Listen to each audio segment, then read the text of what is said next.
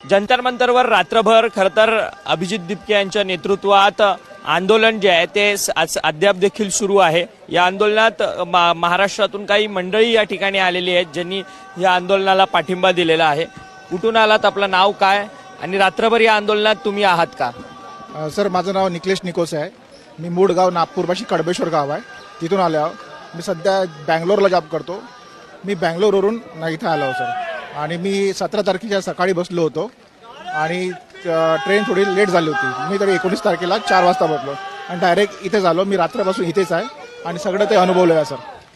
खरं तर पण रात्रभर या आंदोलनात तुम्ही सहभागी मी रात्रभर सहभागी 19 तारखेपासून आतापर्यंत मी दटून आहो सर सगळ्या गोष्टी। परंतु केंद्रीय शिक्षण मंत्री यांचा राजीनामा होत नाहीये। नाही सर, ते नक्की होईल, आज ना उद्या होईल। जसे आपले देवेंद्र साहेब म्हणतात मी पुन्हा येणार, तसेच धर्मेंद्र प्रधान पुन्हा रिझाईन देईन सर। परंतु जोपर्यंत रिझाईन देणार नाही तोपर्यंत हटणार नाही, बिलकुल हटणार नाही। आम्ही इथंच आहो सर, इथंच राहू। तुमचं नाव?